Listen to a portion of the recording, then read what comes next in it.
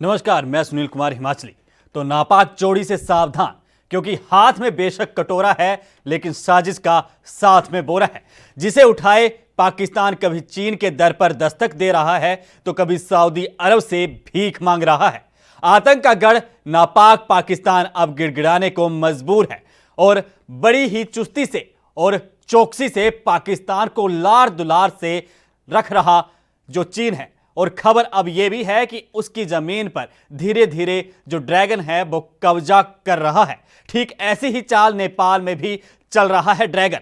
दोनों मुल्कों को ऑफर और लालच देकर पाकिस्तान और नेपाल के कंधे पर बंदूक रख डरपोक ड्रैगन महाबली महाशक्तिशाली हिंदुस्तान से पंगा लेने और टकराने की सोच रहा है। लेकिन भारत के आगे चीन भी घुटने टेकने को मजबूर है और दुम दबाकर हाल ही में लद्दाख से कैसे भागा था, यह ताजा उदाहरण है। बहरहाल ड्रैगन का दम निकला पड़ा है और शी जिनपिंग के आगे इमरान चित पड़ा है। अब भूल से भी नापाक इरादों को अंजाम देने की फिराक में अगर हिंदुस्तान से चीन पाकिस्तान टकराएगा तो चूर चूर हो जाएगा। लेकिन फिर भी इस नापाक जोड़ी से सावधान रहने की जरूरत है, वो भी बताएंगे क्यों। लेकिन सबसे पहले देखते हैं ये रिपोर्ट। दोस्ती में अब आएगी दरार, इमरान तेरी नैया कौन करेगा पार। मतभेदों से कैसे निपटेगा इमरान,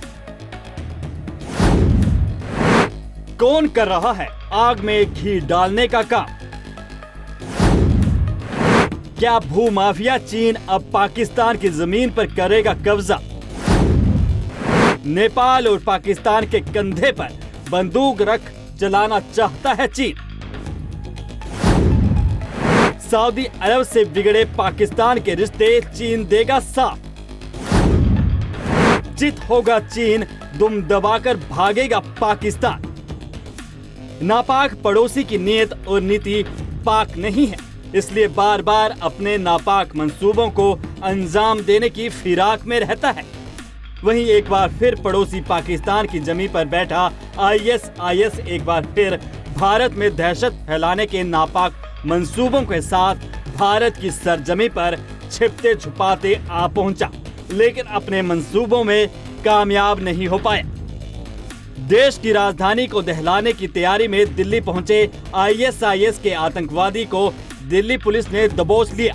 इस आतंकी के पास भारी मात्रा में विस्फोटक मिले, जिसमें कुकर बम भी शामिल थे। एनएसजी ने हल्के धमाके के साथ बमों को डिफ्यूज कर दिया। दूसरी तरफ सरहदी सूबे में सीमा सुरक्षा बल ने शनिवार को पंजाब के तरनतारन जिले में पाकिस्तान की ओर से भारतीय सीमा पार करने की कोशिश कर रहे 5 घुसपैठियों को मार गिराया। बताया जा रहा है कि पाकिस्तान की तरफ से विखीविंड सब डिवीजन के दलगाम के पास ये घुसपैठ की कोशिश हो रही थी। बीएसएफ का कई घंटों तक सर्च ऑपरेशन जारी रहा और उन्हें वर्तमान में भी कई जगहों पर दबिश जारी है और उन्हें एक AK-47 व 2 पिस्टल भी बरामद हुई हैं घुसपैठियों से। बताया जा रहा है कि बीएसएफ की 103 बटालियन ने पंजाब के तरनतारन में अंतर्राष्ट्रीय सीमा पर कुछ संदिग्ध गतिविधियां देखी। इसके बाद जवानों ने घुसपैठियों को रोकने के लिए कहा, लेकिन उन्होंने फायरिंग शुरू कर दी। इसके बाद बीएसएफ जवानों ने जवाबी कार्रवाई में फायरिंग की, जिसमें 5 घुसपैठियों को मार गिराया। पाकिस्तान की करतूतें पूरी दुनिया के सामने हैं और वहां से चलने वाले आतंकी संगठन उसके ऊपर काले दाग की तरह लगे हैं, जो कभी नहीं जाएगा, चाहे पाकिस्तान इसके लिए कितने भी सफेद लिबास बदल ले। हमेशा से ही चीन की गोद में बैठकर भारत को ललकारने वाला पाकिस्तान अब जम्मू कश्मीर के मुद्दे पर सऊदी अरब और इस्लामिक देशों के संगठन को धमकाने वाला पाकिस्तान अब OIC के तारीफों के पुल बांधने लगा है। पाकिस्तानी विदेश नीति में ये यूटर्न ऐसे समय में आया है जब देश में सेना प्रमुख जनरल कमर जावेद बाजवा को खाली हाथ सऊदी अरब से लौटना पड़ा। साथ ही सऊदी अरब ने अपने $3 अरब की रकम को वापस मांगा है। पाकिस्तान के विदेश मंत्रालय के प्रवक्ता जाहिद चौधरी ने गुरुवार को कहा कि पाकिस्तान OIC के प्रति अपने प्रतिद्वंदियों की पुष्टि करता है। उन्होंने कहा, पाकिस्तान मुस्लिम देशों की एकता के प्रति प्रतिबद्ध है और हमेशा ही उसी दिशा में काम किया है। पाकिस्तान मुस्लिम देशों को एकजुट करने के लिए आगे भी प्रयास जारी रखेगा। पाकिस्तान ने कश्मीर के मुद्दे पर भी ओआईसी के योगदान को याद किया। ओआईसी ने कश्मीर के विषय पर एक संपर्क समूह बनाने में एक महत्वपूर्ण भूमिका निभाई। ओआईसी ने एक विशेष दूत नियुक्त किया और भारत के कार्यों की निंदा करने के लिए कई प्रस्ताव पारित किए। पाकिस्तान के विदेश मंत्रालय के सुर में ये बदलाव सेना प्रमुख की सऊदी अरब यात्रा के बाद आया है। चौधरी ने कहा कि जनरल बाजवा की ये यात्रा इस बात का सबूत है कि दोनों देशों के बीच भाइयों जैसा संबंध बरकरार रहेगा। पाक राजनयिक कुरैशी ने खोया आपा और खो दिया सऊदी अरब पर भरोसा। जरूरत से ज्यादा बोल गए कुरैशी। पाकिस्तान के सबसे बड़े राजनयिक ने अपने ही देश को फंसा दिया है और यह शख्स है पाकिस्तान विदेश मंत्री शाह महमूद कुरैशी। वैसे बात दोस्ती की कर रहे हों या फिर दुश्मनी की, उनकी जुबान से इतनी नफासत टपकती है कि लगता है कि ये आदमी तो अब बस डिप्लोमेसी के लिए ही बना है। लेकिन कभी कभी जुबान धोखा दे जाती है। शाह महमूद कुरैशी के साथ भी यही हुआ। पाकिस्तानी विदेश मंत्री की जुबान एक टीवी इंटरव्यू में फिसली और मुद्दा था कश्मीर का। वे इस बात से बहुत खफा थे कि मुस्लिम देशों का संगठन ओआईसी कश्मीर पर उनके देश का वैसे समर्थन नहीं कर रहा जैसा वो चाहते हैं। पाकिस्तान लंबे समय से कश्मीर मुद्दे पर ओआईसी के विदेश मंत्रियों की बैठक बुलाने की मांग कर रहा है, लेकिन ओआईसी भारत और पाकिस्तान के इस झगड़े में ज्यादा नहीं पड़ना चाहता। ओआईसी दुनिया के 56 मुस्लिम देशों का संगठन है। सऊदी अरब के जोधा शहर में इसका मुख्यालय है और सऊदी अरब की मर्जी के बिना ओआईसी का पत्ता नहीं हिलता। तो जब शाह महमूद कुरैशी टीवी इंटरव्यू में ओआईसी को निशाना बना रहे थे तो दरअसल उनके निशाने पर सऊदी अरब ही था। पाकिस्तानी विदेश मंत्री इस कदर भावनाओं में बह गए कि वे सब कह गए जो नहीं कहने वाली बात थी, जो कहने से पहले पाकिस्तान का कोई और विदेश मंत्री 100 बार सोचता। बड़े मियाँ तो बड़े मियाँ, छोटे मियाँ सुभान अल्लाह। चीन के राष्ट्रपति शी जिनपिंग ने शुक्रवार को कहा कि चीन और पाकिस्तान अच्छे भाई और अच्छे पार्टनर हैं। साथ ही ये भी कहा कि दोनों देशों के बीच इकोनॉमिक कॉरिडोर बीजिंग और इस्लामाबाद के बीच। गौरतलब है कि सीपीईसी भारत के उस हिस्से से होकर गुजरता है जिस पर अभी पाकिस्तान का अवैध कब्जा है। पाकिस्तानी समकक्ष आरिफ अलवी को भेजे एक वीडियो संदेश में शी जिनपिंग ने कहा है, बेल्ट एंड रोड इनिशिएटिव के तहत landmark project China Pakistan economic corridor का चीन पाकिस्तान के सदाबहार रणनीतिक सहयोग को बढ़ाने के लिए बहुत महत्वपूर्ण है और साझे भविष्य के लिए चीन पाकिस्तान समुदाय को निकट ला रहा है। भारत ने सीपीईसी का लगातार विरोध किया है क्योंकि यह पाकिस्तान अधिकृत कश्मीर से होकर गुजर रहा है। हालांकि चीन ने आपत्तियों को दरकिनार करते हुए इंफ्रास्ट्रक्चर प्रोजेक्ट में काफी पैसा और संसाधन लगाया। बीजिंग और नई दिल्ली के बीच संबंध में सीपीईसी एक वादा है। चीन भारत की चिंताओं को ये कहकर दरकिनार करता है कि ये केवल एक इकोनॉमिक प्रोजेक्ट है। शी का ये संदेश चीन पाकिस्तान विदेश मंत्रियों के बीच रणनीतिक बातचीत के बाद जारी किया गया। दक्षिणी चीन के हैटनॉन प्रांत में शुक्रवार को चीन और पाकिस्तान के विदेश मंत्रियों के बीच बातचीत हुई। इस वीडियो संदेश में शी पाकिस्तान के साथ रिश्तों को लेकर काफी अत्यंत थे। शी ने कहा कि चीन और पाकिस्तान अच्छे भाई और पार्टनर है जिसमें स्पेशल दोस्ती है। उन्होंने कहा कि दोनों देशों से राजनीतिक दलों में अक्सर होने वाली बैठकें सीपीई के निर्माण के साथ उच्च गुणवत्ता वाले बेल्ट और रोड सहयोग को लगातार आगे बढ़ाने के लिए अनुकूल हैं। जब कोविड जैसी महामारी फैली है, वैश्विक लड़ाई ने दिखाया है कि आपसी समर्थन, एकजुटता और सहयोग से मानवता को कोरोना वायरस को हराने का रास्ता अवश्य निकलेगा। चीन राष्ट्रपति ने आगे कहा कि चीन पाकिस्तान समुदाय के बीच नजदीकी के साथ साझे भविष्य, संयुक्त रूप से क्षेत्रीय एकजुटता व सहयोग, शांति और विकास के लिए चीन पाकिस्तान के साथ खड़ा है। चीन बड़ी ही चुस्ती और चौकसी के साथ पाकिस्तान को लार दुलार दे रहा है और खबर है कि उसकी जमीन पर धीरे धीरे कब्जा कर रहा है। ठीक ऐसी ही चाल नेपाल में भी चल रहा है। दोनों मुल्कों को ऑफर और लालच देकर पाकिस्तान और नेपाल के कंधे पर बंदूक रख डरपोक ड्रैगन महाबली महाशाली महाशक्तिशाली हिंदुस्तान से पंगा लेने और टकराने की सोच रहा है। लेकिन भारत के आगे चीन भी घुटने टेकने को मजबूर है और दुम दबाकर हाल ही में लद्दाख में भी कैसे भागा था ताजा उदाहरण है। बहरहाल ड्रैगन का दम निकला पड़ा है और शी जिनपिंग के आगे इमरान चित पड़ा है। अब भूल से भी नापाक इरादों को अंजाम देने की फिराक में अगर हिंदुस्तान से चीन पाकिस्तान टकराएगा तो चूर चूर हो जाएगा। News desk report, ANB news.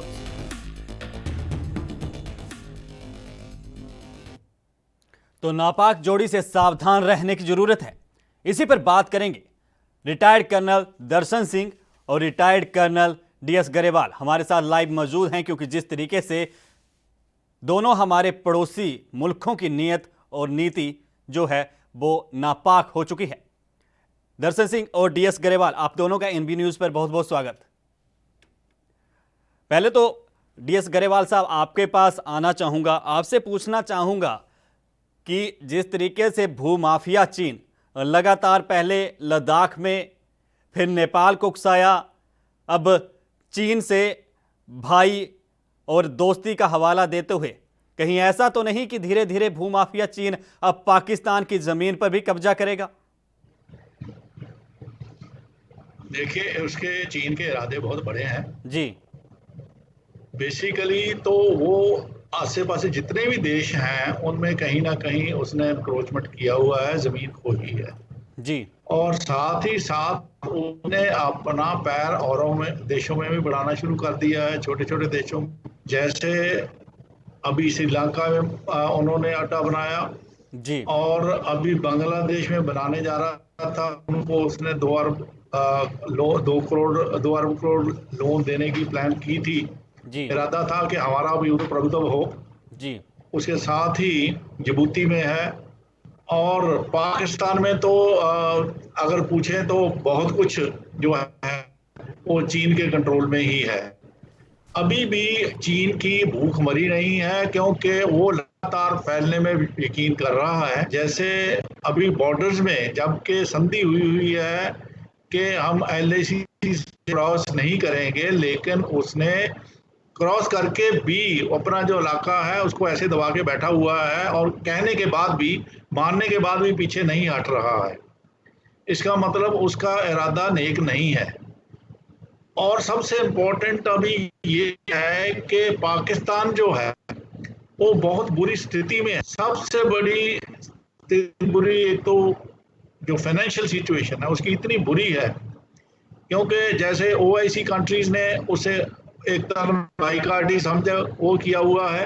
अरब वालों ने डॉलर मांग लिए हैं जिसने उसका दिवाला एकदम से निकाल दिया है। तो अभी सबसे इम्पोर्टेंट जो लेटेस्ट है वो है उसका जो है फंड्स में पहले ब्लैक लिस्ट होना था। फाइनेंशियल एक्शन टास्क फोर्स कहते हैं FATF, जो सबके जैसे IMF है और वर्ल्ड बैंक है और ADB है, एशियन डेवलपमेंट बैंक, उसके लिए वो रिकमेंड करती है कि लोन देने के नहीं देने हैं जी। और इस पहले इसको येलो डिक्लेयर किया हुआ है और अभी उसको ब्लैक ना डिक्लेयर कर दे, इसके लिए अभी छटपटा रहा है पाकिस्तान जी। इसी कारण उसने 80 से करीब जो टेररिस्ट एजेंसीज हैं जी जी उनको द्वारा ऑर्डर के जरिए ब्लैकलिस्ट कर दिया है और खास करके हाफिज सईद, मसूद अजहर, दाऊद जैसे और जो लीडर हैं बड़े बड़े उनके ऊपर भी पाबंदियां लगा दी हैं और प्रॉपर्टी जब्त करने का हुक्म दे दिया है। जी जी। ये सिर्फ इसलिए कर रहा है क्योंकि उसके ऊपर अभी फाइनेंशियल डर इतना बैठ गया है कि उसका दिवालियापन तो क्या, उसका पूरा कंट्री भी बिक जाए तब भी नहीं मोड़ पाएगा जी। और इसका चीन फायदा उठा रहा है जी। अभी जो चीन के और भारत पाकिस्तान के फाइनेंस मिनिस्टर की खास करके तिब्बत के इलाका में मीटिंग हुई है, उसमें उन्होंने कहा तो था कि भारत को और पाकिस्तान को अपने मामले निजट लेने चाहिए जी। ये तो आउटर स्टेटमेंट है जी। इंटरनली उनकी जो प्लान बहुत खतरनाक है। उसके बाद आज देखिए 5 अलग अलग घटनाएं हुई हैं भारत में। जी जी जैसे हमला हुआ है बारामूला में टेररिस्ट का, जी तो जी एक टेररिस्ट अभी मारा भी गया है, बाकी 3 भी जो है उसके साथ लड़ाई चल रही है। जी बॉर्डर पे फायरिंग हुई है कठुआ में जी और पुंछ में। जी और इसी तरह ही पाकिस्तान में भी, सॉरी दिल्ली में भी एक बम अटैकर जो पकड़ा गया जी ISIS जी जी का, IS का, जो जिसका लीडर जो है पाकिस्तानी है। जी तो वो उसके पास भी IED पकड़ी गई है और बहुत मटीरियल पकड़ा गया है। जी और उनकी प्लान एक तो दिल्ली के किसी भीड़ वाले इलाके पे बम ब्लास्ट करना था, जी और दूसरा अयोध्या के ऊपर। जी उससे पहले आया तो था वो 15 अगस्त के लिए, लेकिन 15 अगस्त में उससे अटैक नहीं हुआ है जी क्योंकि सिक्योरिटी बहुत ज्यादा थी। तो उसका भी इरादा था कि कहीं ना कहीं मैं और कोई हरकत करूं। जी जी तो इन सब हरकतों से एक और तो और देखिए कि पंजाब में भी तरन जो तारन में। खेमकरण के सेक्टर में जी खेमकरण के वहां के आगे पड़ता है एरिया, जी खेमकरण का है वो। जी जी तो वहां 5 आदमी जो है और उनके टेररिस्ट मारे गए हैं, तरन तारण डिस्ट्रिक्ट में है वो। जी तो वहां उनके 5 आदमी मारे गए हैं जिन्होंने भेजे थे इंडिया में टेररिस्ट गतिविधियों के लिए। जी इसका मतलब वो अपना कहीं ना कहीं जो है प्रभुत्व कायम करना चाहता है टेररिस्ट में, जी जी क्योंकि ISI जो है, ISI जी वो सारे टेररिस्ट को कंट्रोल करती है, ट्रेन करती है, सपोर्ट करती है, डायरेक्ट करती है। गरेवाल साहब, आपके और आपके पास लौटता हूं, आपके पास हाँ, बात आपकी जारी रखेंगे। दर्शन सिंह, कर्नल दर्शन सिंह रिटायर्ड हमारे साथ जुड़े हुए हैं। जिस तरीके से इन्होंने कहा दिल्ली में जो कुछ आज गतिविधि हुई, एक टेररिस्ट जो है आतंकी गिरफ्तार किया गया, जिस तरीके से तरन तारन की बात इन्होंने कही, जो एक्टिविटीज सामने आई।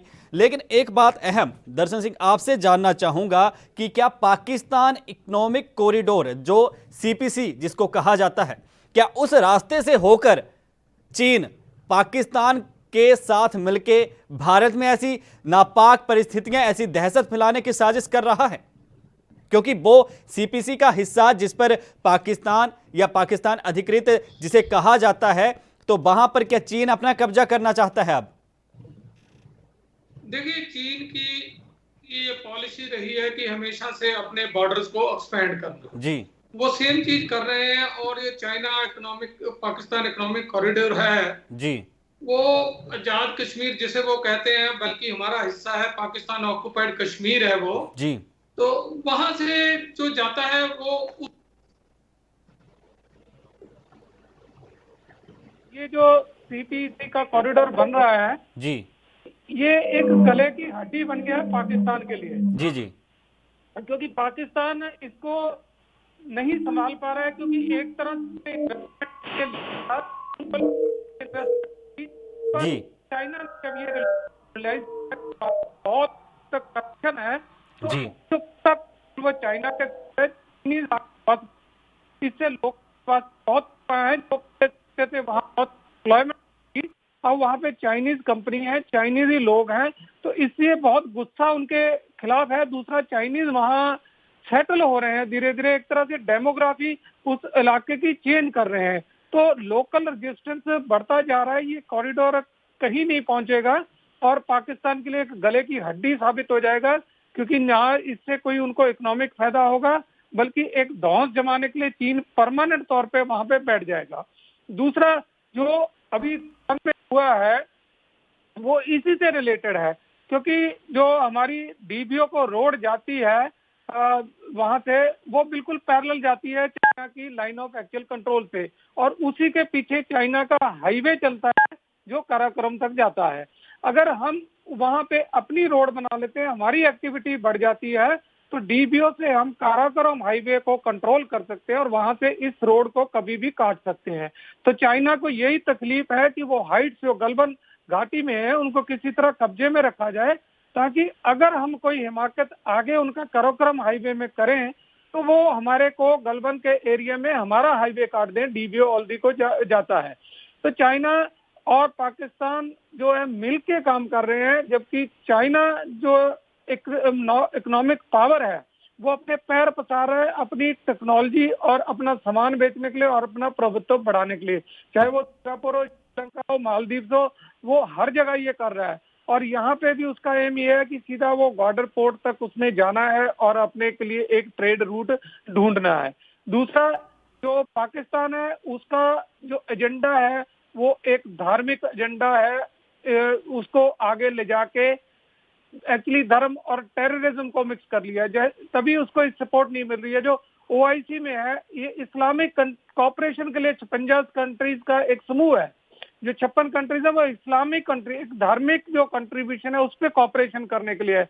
वो आपको पॉलिटिक्स करने के लिए नहीं है, किसी देश के दूसरे देश के खिलाफ पॉलिटिक्स करने या भड़काने के लिए नहीं। लेकिन जिस तरीके से सऊदी अरब ने झटका दिया है, जिस तरीके से बयानबाजी हुई, कुरैशी ने जो बयान दे दिया, मुझे लगता है आप आपा खो बैठे हैं कुरैशी साहब। तो वो उसको कैसे किस तरीके से देखते हैं? देखिए, सऊदी अरबिया बहुत एक बैलेंस कंट्री है, वो वर्ल्ड के सभी कंट्री से अपना रिलेशन बनाना चाहता है। तो पाकिस्तान की बेवकूफ़ी वाली जो बातें हैं उनमें आके वो भारत से अपने रिलेशन कभी खराब नहीं करेगा। उनको मालूम है जो इस्लामिक कॉपरेशन है उसका टेररिज्म से कोई लेना देना नहीं है। कॉपरेशन होती है लोगों सुधारने में, ना कि टेररिज्म प्रमोट करने में। जी तो पाकिस्तान चलिए, टेररिज्म प्रमोट कर रहा है पाकिस्तान या क्या कुछ कर रहा है, बात इस पर जारी रखेंगे, जल्द लौटेंगे एक ब्रेक के बाद।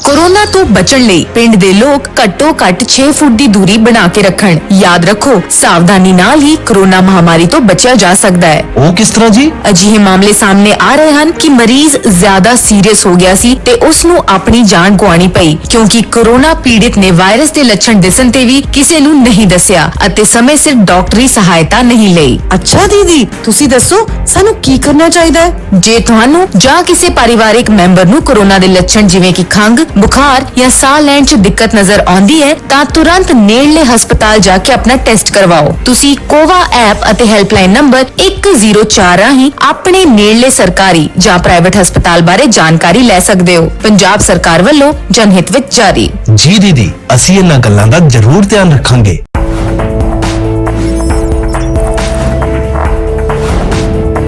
कम ब्रेक और ज्यादा खबरों के साथ देखिए ANP न्यूज इन चैनल।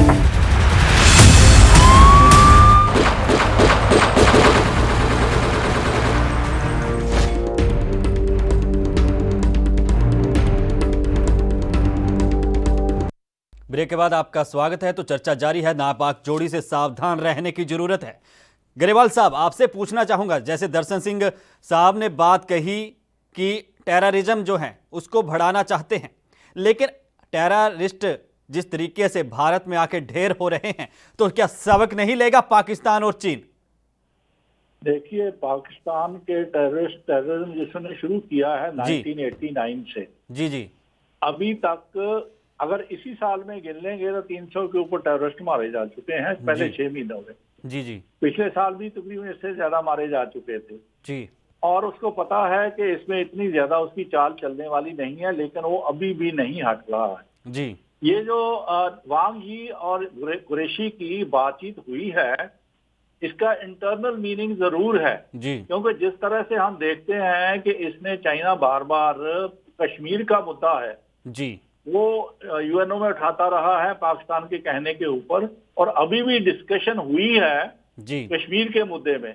इसका मतलब है वो स्टेटमेंट नहीं दी गई है, पर इंटरनली कुछ समझौते जरूर हुए होंगे जिसमें चीन ने कहा होगा पाकिस्तान को, भाई तुम थोड़ा गर्म हो, ऐसे ढीलेपन नहीं चलेगा जी, और तुम इंडिया को जो है इधर से दबाओ और हम उधर से दबाते हैं ताकि इंडिया हमारी टर्म्स के। सही बात है, क्योंकि बैठक हुई है विदेश मंत्रियों के साथ। जी हाँ जी, कई चीजें बाहर नहीं आती हैं, इंटरनल होती हैं, क्योंकि अब मैंने बताया जैसे 5 गतिविधियां हो गई हैं जी एक दिन में, इसका मतलब गतिविधियां बढ़ने का खतरा है जी। और एक महत्वपूर्ण ये भी बात है कि चाइना पाकिस्तान को मोहरा तो बना ही रहा है जी, लेकिन वो उसके जितने भी दूसरे, खास करके उसकी प्रायोरिटी यही होगी कश्मीर का हिस्सा जो है जी और भी हड़पे। पहले कुछ एक डिस्ट्रिक्ट का इलाका तो उसने खा लिया है जी जी, और दूसरा गवादार का इलाका उसके कब्जे में है, जी। और जहां जहां उसने अपने प्रोजेक्ट लगाए हुए हैं, पावर प्लांट लगाए हुए हैं, हाईवे बनाए हुए हैं, जी। वहां लेबर उसकी अपनी है, पावर उसकी अपनी है और मिल्कियत भी एक किस्म से अपनी है। और वो जो है वहां हर चीज जो है अपने हुक्म से चलाते हैं। अगर पुलिस भी इंटरफेयर करती है, अगर किसी को ये मारते भी हैं तो उसको भी मार देते हैं। ये चीनी तो इतने तगड़े हैं। जी। तो इसका मतलब उसका उन्होंने आर्मी को हदायतें दी हुई हैं कि इंटरफेयर नहीं करना है। जी। इसका मतलब ये तो कि एक तरह से गुलामी तो शुरू हो गई ना। जी जी। तो उसका जो हुक्म है चीन का वो पाकिस्तान मानेगा ही मानेगा। जी। प्लस उसके अपने इंटरेस्ट हैं, दोनों को मिलाकर उनका दोनों का इंटरेस्ट यही है कि भारत के ऊपर दबाव डाला जाए और टेररिज्म बढ़ाया जाए। जी। और देखिए चीन जो है उसका ज्यादा इंटरेस्ट जैसे चाइना पाकिस्तान इकोनॉमिक कॉरिडोर का है, ब्रिज रोड इनिशिएटिव है जो, उसके ऊपर ज्यादा है। क्योंकि जैसे काशगार से और पाकिस्तान ऑक्युपाइड कश्मीर से जो सड़क गवादार को जाती है, जी जी, वो उसका मेन इंटरेस्ट है। ये हमारे जो बॉर्डर नॉर्थ है, दौलत बेग ओल्ड एयरड्राम है, उसके पास से जाती है आगे से। जी। ये चाहता है सेफ इलाका उस इलाका में, इसीलिए उसने अभी जब कुछ इलाका हमारा को लिया भी है तो उसको दबा के रखना चाहता है ताकि वो सेफ रहे और इंडिया दबा के अंदर नीचे रहे। जी जी। लेकिन इंडिया ने पूरा डट के उधर जम गए हैं। जी। और यहाँ भी के जो सर्दी की रुत है वहां अगर रुकना भी पड़े तो रुकेंगे। जी। और इससे चाइना घबरा जाता है कि चाइना ट्रेंड उतना नहीं है जितना भारत की सेना है। जी। वो पहाड़ों में बहुत ज्यादा ट्रेन है। जी। और खास करके जो खास सेना का जी। इम्पोर्टेंस उनको ज्यादा नहीं है, जो पॉलिटिकल लीडर्स को है। जी। उनको तो सिर्फ अपना जो ऑर्डर दे दिया है उसको पूरा करना है। जी जी। तो उनकी इम्पोर्टेंस उतनी नहीं देते हैं जवानों की जितने इंडिया में दिया जाता है, इज्जत दी जाती चलिए, है। जो इम्पोर्टेंस गरेवाल साहब और दर्शन सिंह साहब, आप दोनों का इस प्रोग्राम में जुड़ने के लिए, अपने विचार रखने के लिए बहुत बहुत धन्यवाद। लेकिन जो इम्पोर्टेंस अभी जिस तरीके से डीएस गरेवाल साहब ने बताया कि जो इम्पोर्टेंस भारत अपनी सेना को देता है वैसे पाकिस्तान और चीन नहीं देता, और अब इस नापाक जोड़ी को एक दूसरे से ही सावधान रहने की जरूरत है, क्योंकि ये जो भारत का कभी एक ना हो सका, जो दोस्ती की बातें कहता रहता था, वो बार बार जिस तरीके से पीठ पर छुरा घोंपने का काम करता है और सीज फायर का उल्लंघन करता है, तो ऐसे नापाक पड़ोसियों से सावधान रहने की जरूरत हर किसी को है। आज के प्रोग्राम में बस इतना ही। मुझे यानी सुनील कुमार हिमाचली को दीजिए इजाजत। धन्यवाद।